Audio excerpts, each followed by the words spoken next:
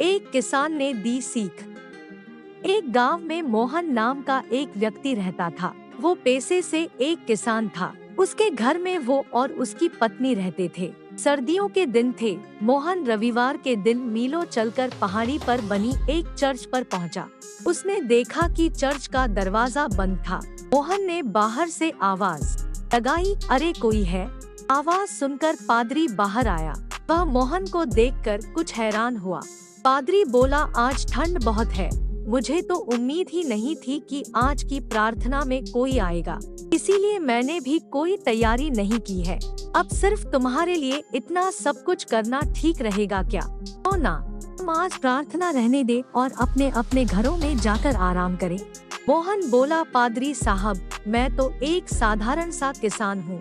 मैं रोज सुबह कबूतरों को दाना डालने जाता हूँ।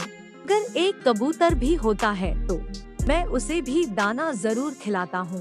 पादरी यह सुनकर थोड़ा शर्मिंदा हुआ और उसने मन ही मन ईश्वर से क्षमा मांगी और प्रार्थना की तैयारी में जुट गया। पहले उसने सारी टेबल कुर्सियाँ साफ की, हर एक टेबल पर ले जाकर बाइबल रख मोमबत्तियाँ जलाईं और पूरे विधि विधान के साथ पूजा अर्चना की। 3 से 4 घंटे बाद प्रार्थना खत्म हुई। पादरी ने मोहन को धन्यवाद दिया कि उसने उसे अपना कर्तव्य याद दिलाया। मोहन कुछ नहीं बोला और उठकर जाने लगा। इस पर पादरी ने पूछा, क्या हुआ? प्रार्थना में कोई कमी रह गई क्या?